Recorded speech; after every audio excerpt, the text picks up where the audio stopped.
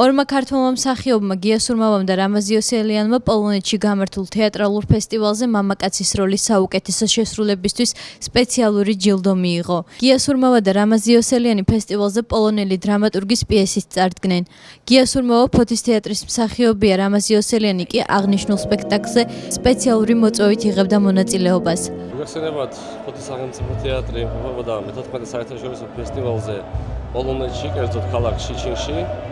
სადაც ძალიან ბევრი თეატრალური დასი იღებდა მონაწილეობას სხვადასხვა ქვეყნებიდან, როგორც პოლონეთის, ასევე იტალიის, ასევე ესპანეთის, ირანის, ეგვიპტის და რუსეთის დასები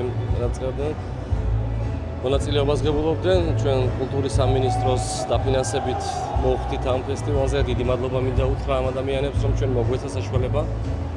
რაც შეეხება სპექტაკლს, ჩვენ ვითამაშეთ ჩარეცხილები, რომელშიც თამაშობს ორი მსახიობი, მე და ბატონი რამაზიოსელიანი. მინდა მიულოცო ბატონ რამაზას, ჩვენ ორივე ფესტივალზე წარმოადგინეს მამაკაცის საუკეთესო როლის შესრულებისათვის და მოგცეს ეს პრიზები. ძალიან დიდი გამარჯობა როგორც ჩვენი თეატრისთვის, ჩვენი ქალაქისთვის, მე მგონი ეს ძალიან დიდი გამარჯობა მთლიანად საქართველოსთვის, იმიტომ რომ ეს ფესტივალი და საერთოდ პოლონეთი ახლა თეატრალური თავისი მიღწევებით, ჩემი აზრით, დგას ძალიან დიდ საფეხურებზე.